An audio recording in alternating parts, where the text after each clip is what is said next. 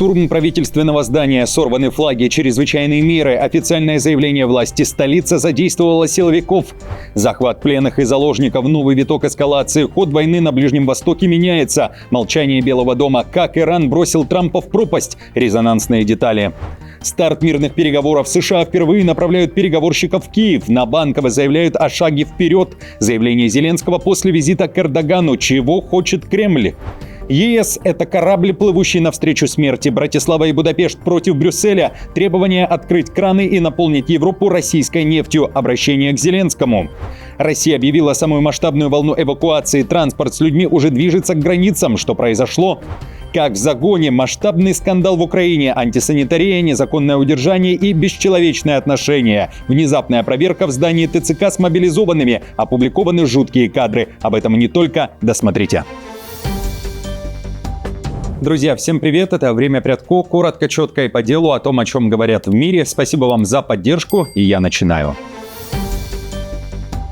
Первый визит в Украину после многочисленных поездок в Москву. Переговорный процесс по Украине может быть запущен уже в этом месяце. В Киев должны приехать топ-переговорщики Трампа – Кушнер и Уитков. Это первый визит команды, которая уже общалась с Путиным. Теперь очередь Украины, пишет Bloomberg. Москва требует отступления ВСУ, Киев – заморозки линии фронта. Компромисс пока выглядит почти невозможным, говорится в публикации. Параллельно Украине намекают сбавить удары по российской нефти. Об этом Bloomberg заявил новый глава офиса Зеленского Буданов. Кроме того, в публикации говорится, что Киев может посетить помимо Уиткова и Кушнера еще и Линдси Грэм. Буданов заявил, что Киев может добиться более сильных гарантий после визита американской делегации. «Мы давно обозначили, чего хотим. Думаю, это скоро будет реализовано», — сказал Буданов. Что будет дальше — другой вопрос. Но по гарантиям безопасности мы точно продвинулись. Мы уже сделали шаг вперед. На этой неделе, напомню, в Кремле несколько раз заявляли о том, что Зеленский должен пойти на условия Путина, и еще вчера, так звучала формулировка, должен был вывести войска. Зеленский, как и прежде, отвечал, что этого не будет. А накануне, после визита в Турцию, заявил, что Эрдоган подтвердил готовность принять следующий раунд переговоров по завершению российско-украинской войны. Еще одна громкая тема на фоне продолжающейся войны – беспредел в украинских военкоматах. Тема, которая сейчас особо на слуху. Уполномоченный Верховной Рады по правам человека Лубинец заявил о чудовищных нарушениях в одном из ТЦК Ужгорода, Закарпатской области.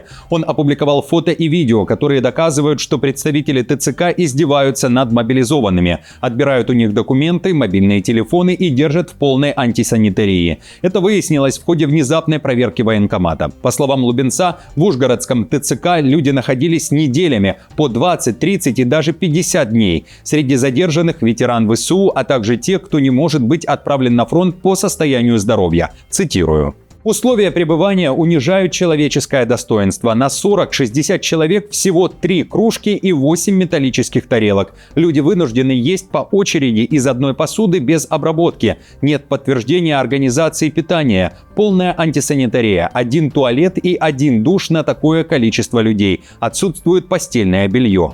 На защиту представителей ТЦК встала военный омбудсмен Решетилова. Сотрудники военкоматов работают на пределе. Нагрузка настолько высокая, что некоторые сами просят о переводе в боевые части, рассказала омбудсмен в интервью радио НВ.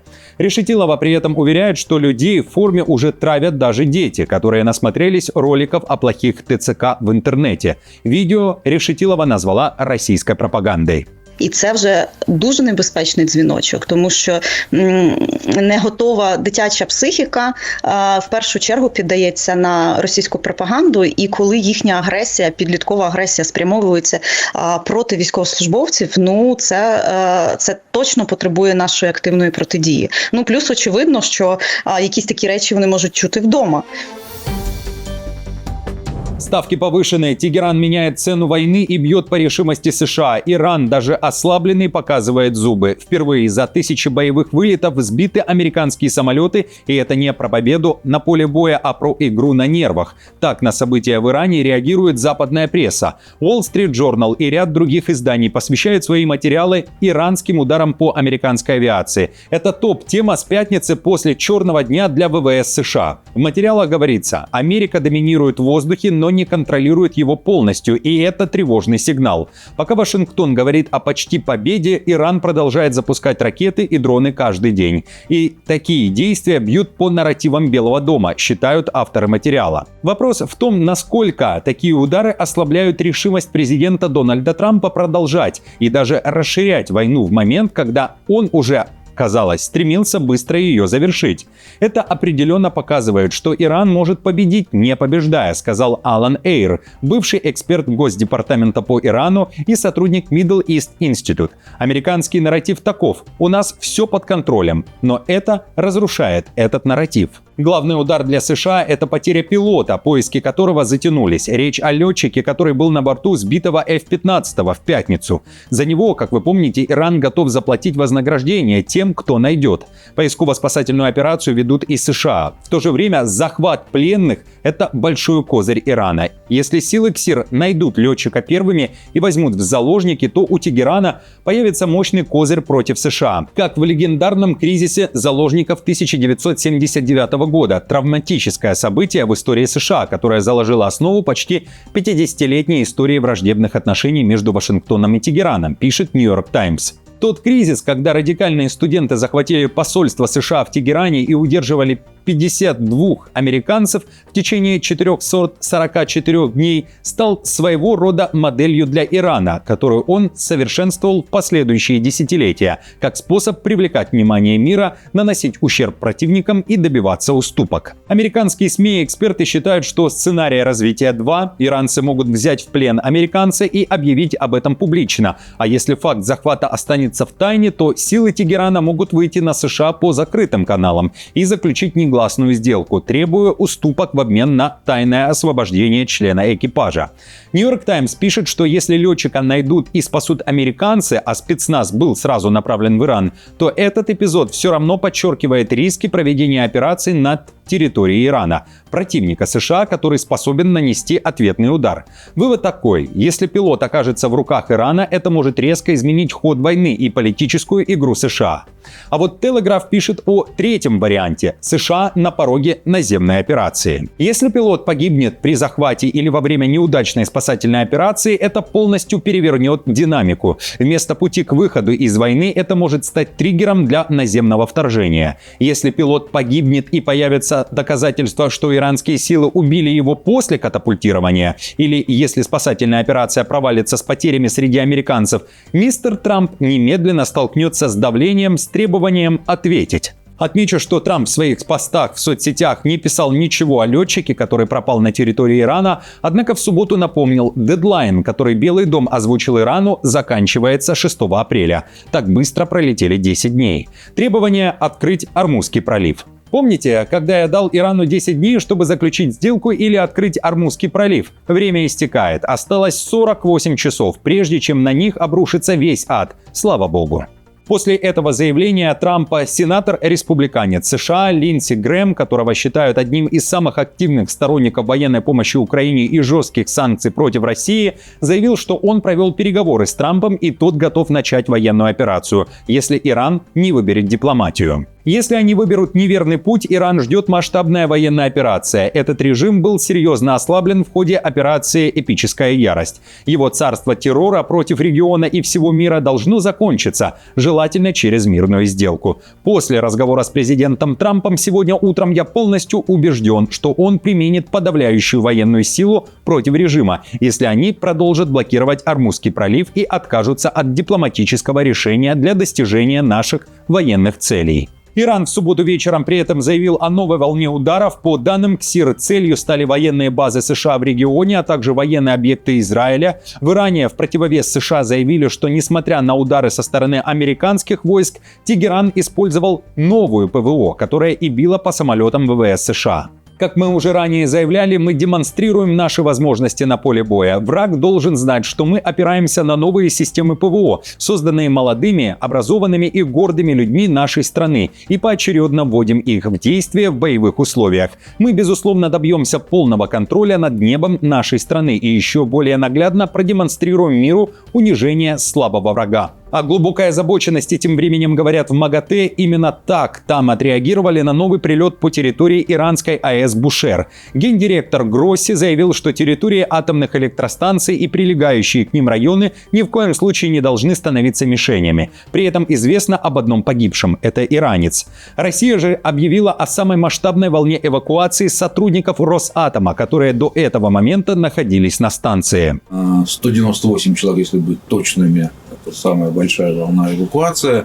Находится в автобусах. Мы очень рассчитываем, что в течение 2,5-3 суток наши товарищи безопасно пересекут практически весь Иран и окажутся у себя дома. Израиль, кроме того, заявил, что нанес удары по ряду нефтехимических предприятий в Иране и намерен продолжить атаковать их. Нетаньяху уверяет, что били еще и по сталелитейному производству. Он назвал все эти предприятия денежным станком, который приносит Тегерану прибыль. А Трамп уже к концу дня решил впечатлить кадрами. Он выложил видео, как утверждает, крупнейшего удара по Тегерану. Кадры атаки американский президент сопроводил небольшим сообщением об ударе по скоплению военных. Процитирую. «Многие из военных лидеров Ирана, которые руководили им плохо и неразумно, уничтожены вместе со многим другим в результате этого массированного удара по Тегерану». Силовой разгон протестующих в Тель-Авиве. Сотни граждан вышли на антивоенный митинг, несмотря на официальный запрет многолюдных акций. Как сообщают СМИ, протест проходил в центре города. Израильтяне требовали, чтобы Нетаньяху немедленно остановил боевые действия. Люди скандировали жесткие антиправительственные лозунги и держали плакаты с призывами прекратить военные операции в Иране, Ливане и секторе Газа, а также ввести эмбарго на поставки оружия Израилю. Акция была заранее согласована, однако вскоре начались столкновения силовиков с митингующими. Полиция заявила, что на митинг пришли более 50 граждан, а это нарушение и чревато массовыми жертвами из-за угрозы ракетных обстрелов. Некоторые израильтяне отказались покидать площадь. За нарушение общественного порядка, по данным полиции, были задержаны 10 человек. Напомню, ранее Верховный суд Израиля вынес временное постановление, которое запрещает силовикам разгонять мирные акции, если число их участников не превышает 600 человек в Тель-Авиве и 150 человек в Иерусалиме, Хайфе или Кфар-Саве. Максимальное напряжение, штурм правительственного здания, сорван флаг. Протестующие едва не захватили посольство Объединенных Арабских Эмиратов в Дамаске. Протест в столице Сирии резко вышел из-под контроля. Часть пропалестинской толпы сорвалась с площади Амиядов и рванула к посольству ОАЭ. Люди скандировали «Сионистское посольство», закидывали здание камнями и пытались прорваться внутрь. Причина – взрыв эмоций из-за нового израильского закона о смертной казни для палестинцев и войны вокруг Газы. Но удар пришелся не по Израилю, а по ОАЭ из-за нормализации отношений и репутации слишком близкого союзника. Для части протестующих Эмираты стали символом предательства в арабском мире. При этом сирийские силовики успели остановить штурм. В МИД ОАЭ осудили нападение и обратились к Дамаску. Арабские Эмираты призвали Сирийскую Арабскую Республику выполнить свои обязательства по обеспечению безопасности посольства и его сотрудников, расследовать обстоятельства этих нападений, предотвратить их повторение и принять все необходимые правовые меры для привлечения виновных к ответственности. В ответ Сирийское министерство иностранных дел заявило, что занимает твердую и непоколебимую позицию против любых нападений и попыток приближения к дипломатическим миссиям, подчеркнув, что такие действия противоречат международному праву и Венской конвенции о дипломатических сношениях. Теперь ни один министр не покинет страну. Правительство пошло на крайние меры и запретило членам Кабмина выезжать за границу. Такое решение приняли в Сенегале, стране на западном побережье Африки. По словам премьер-министра Усмана Сонко, все необязательные зарубежные командировки министров и топ-чиновников приостановлены. Сенегал ждут чрезвычайно тяжелые времена из-за резкого скачка мировых цен на нефть на фоне войны на Ближнем Востоке, подчеркнул глава правительства. Также сенегальский премьер подал личный пример и объявил, что свои ближайшие командировки в целях экономии он тоже отменил. Орбан и Фица бьют в набат. Венгрия и Словакия требуют, чтобы Брюссель немедленно отменил санкции против российской энергетики. Об этом венгерский премьер Орбан заявил после телефонного разговора со своим словацким коллегой Фица. При этом в Будапеште снова прозвучало, что ситуация в Европе на грани серьезного энергетического кризиса с дефицитом энергии и взлетом цен. Единственный способ отвести угрозу, говорит Орбан, немедленно снять все санкции и ограничения на российские энергоресурсы и срочно заполнить запасы нефти и газа из всех источников по максимуму. Брюссель должен заставить президента Зеленского немедленно открыть нефтепровод «Дружба». И эти планы, предлагающие отказаться от российских энергоресурсов и перейти к более дорогой и недоступной для Брюсселя энергетической политике, должны быть отвергнуты и отменены. Фица поддержал коллегу и добавил, что весь ЕС, особенно Еврокомиссия, напоминает корабль, плывущий навстречу смерти, когда речь идет об энергетической безопасности. Он призвал Брюссель срочно вернуться к здравому смыслу. Ультиматум Армении. Если Россия повысит цены на газ, Ереван запустит процедуру выхода из ОДКБ и Евразийского экономического союза, предупредил спикер парламента Армении Симонян. Поводом для заявления стала недавняя встреча Путина и Пашиняна. Тогда Путин фактически намекнул, что в случае дальнейшей евроинтеграции Еревана Москва поднимет цены на газ для Армении. При этом Симонян надеется, что ни одна из сторон не пойдет на эти крайние меры, поскольку между премьер-министром Армении и Путиным, как говорит Симонян, состоялся очень хороший, эффективный разговор. Не согласны, против и хотят связи. В Москве сотни людей пришли к Путину. Люди требуют прекратить интернет-блокировки в России. Это грубое нарушение Конституции РФ, говорится в обращении. В частности, статей о тайне переписки и свободе получения и распространения информации. Кроме того, блокировки наносят серьезный ущерб бизнесу, образованию и обычным человеческим контактам, заявляют недовольные россияне. По данным Россми, возле приемной Путина дежурили силовики, а проход в приемную частично отгородили барьерами. Чтобы подать жалобу, граждане ждали своей очереди около 1,5 часов, сообщает телеграм-канал Сота Вижн. Столкновений с полицией и задержаний по предварительным данным не было. Друзья, на этом все. Спасибо вам большое за поддержку. Как всегда, напомню, мне будет приятно, если вы оставите лайк, комментарий и сделаете репост. До встречи, как всегда, уже завтра.